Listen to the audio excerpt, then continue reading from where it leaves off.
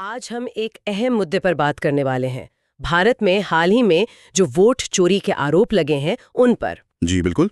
और हमारे पास कुछ स्रोत हैं जो इस पूरे मामले को समझने में मदद करेंगे। हाँ, तो हमारा इरादा है कि हम इन आरोपों की तह तक जाएं। मतलब ये है क्या सबूत दिए गए हैं, चुनाव आयोग का क्या कहना है, बाकी पार्टियों का क्या रुख है, और अभी चल क्या रहा है ना? बिल्कुल।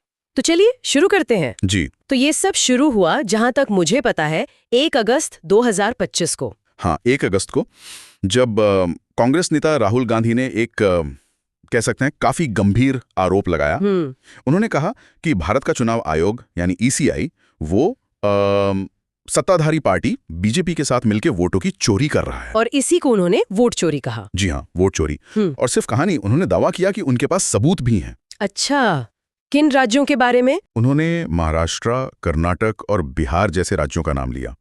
मिसाल के तौर पर महाराष्ट्र में यह कहा गया कि करीब 1 करोड़। 1 करोड़? हाँ, 1 करोड़ नए मतदाता जो या तो फर्जी हैं या संदिग्ध हैं, उन्हें जोड़ा गया है। और कर्नाटक का भी कुछ जिक्र था, महादेवपुरा इलाका शायद। बिल्कुल, कर्नाटक के महादेवपुरा में कहा गया कि वोटर लिस्ट में ऐसे नाम हैं जो या तो वहां रहते ही नहीं या फिर डुप्लीकेट हैं, मतलब एक ही नाम कई बार। अच्छा, और बिहार? बिहार में भी वो जो स्पेशल वोटर लिस्ट रिवीजन होता है, उस दौरान कुछ ऐसी संदिग्ध गतिविधियों का आरोप लगाया गया जिनसे बीजेपी को फायदा पहुंच सकता है। तो ये तो हुए आरोप, लेकिन क्या कोई सबूत भी सामने रखा गया?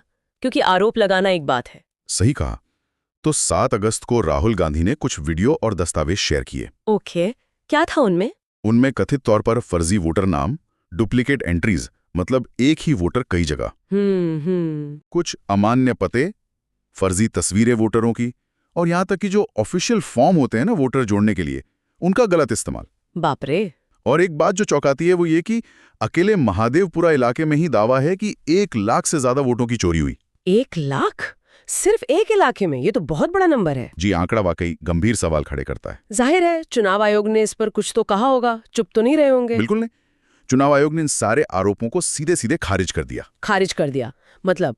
उन्होंने कहा कि ये आरोप बेबुनियाद हैं, झूठे हैं और भ्रामक हैं, मतलब लोगों को गुमराह करने वाले। और उन्होंने सिर्फ खारिज ही किया या कुछ और भी कहा? नहीं, उन्होंने एक कदम आगे बढ़कर राहुल गांधी से कहा कि या तो वो शपथ पत्र के साथ, मतलब एक साइंड लीगल स्टेटमेंट के साथ सबूत पेश करें। अच्छा, कानूनी तौर पर? जी, या फिर अगर वो ऐसा नहीं कर सकते तो लोगों को गुमराह करने के लिए सार्वजनिक तौर पर माफी मांगे। ओहो। और ये भी दी। हाँ, चेतावनी भी दी कि अगर झूठे आरोप लगाए तो कानूनी कार्रवाई हो सकती है। और कर्नाटक के जो मुख्य चुनाव अधिकारी हैं, उन्होंने भी यही कहा कि भाई सबूत जमा करो या फिर नतीजे भुगतने को तैयार रहो। तो मामला काफी तनावपूर्ण हो गया। एक तरफ आरोप, दूसरी तरफ ईसीआई का इतना सख्त रुख। बाकी राजनीतिक दलों ने इस पर क्या कहा? प्रतिक्रियाएं जैसा कि उम्मीद थी काफी बटी हुई थीं। शरद पवार जैसे जो सीनियर नेता हैं, उन्होंने कहा कि देखो, चुनाव आयोग को जांच करनी चाहिए और सच सामने लाना चाहिए। जांच की मांग। हाँ, शशि थरूर ने भी कहा कि ये सवाल गंभीर हैं और आयोग को पारदर्शिता दिखानी चाहिए। और बीजेपी, सत्ताधारी पार्टी का क्या कहना था? बीजेपी ने तो जाहिर है पलटवार किया। उन्होंने राहुल गांधी को चुनौती दी कि अगर आपको ईसीआई पर भरोसा नहीं है तो आप इस्तीफा क्यों नहीं दे देते। अच्छा। और उन पर यह आरोप लगाया कि वो पूरी चुनावी प्रणाली की विश्वसनीयता को नुकसान पहुंचा रहे हैं। और बाकी विपक्षी दल जैसे टीएमसी या पूरा इंडिया गठबंधन, उन्होंने ज्यादातर राहुल गांधी का समर्थन किया। और दिलचस्प बात यह है कि वोट चोरी ये शब्द अब सिर्फ एक आरोप नहीं रहा। तो क्या बन गया है? ये एक तरह का नारा बन गया है मौजूदा चुनाव प्रक्रिया के विरोध में। अगर हम इसे थोड़ा बड़ा करके देखें तो ये पूरी चुनावी प्रक्रिया की विश्वसनीयता पर जो एक बड़ी बहस चल रही है ना देश में, समझ गई। उसी का हिस्सा बन गया है। समझ गई।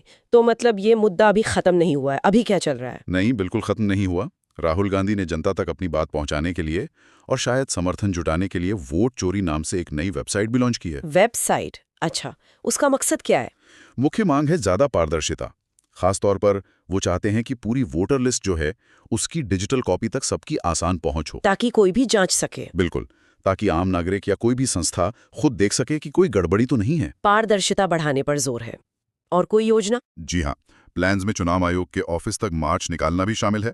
और जागरूकता बढ़ाने और दबाव बनाने के लिए मध्य अगस्त से सितंबर की शुरुआत तक बिहार का दौरा करने की भी योजना है। यानी ये मामला अभी और गर्माएगा? लगता तो यही है। ये मुद्दा अभी ठंडा पड़ता दिख नहीं रहा। ये सब जानना बहुत जरूरी हो जाता है, क्योंकि आखिर चुनाव ही तो लोकतंत्र का आधार है। आपने बिल्कुल सही कहा।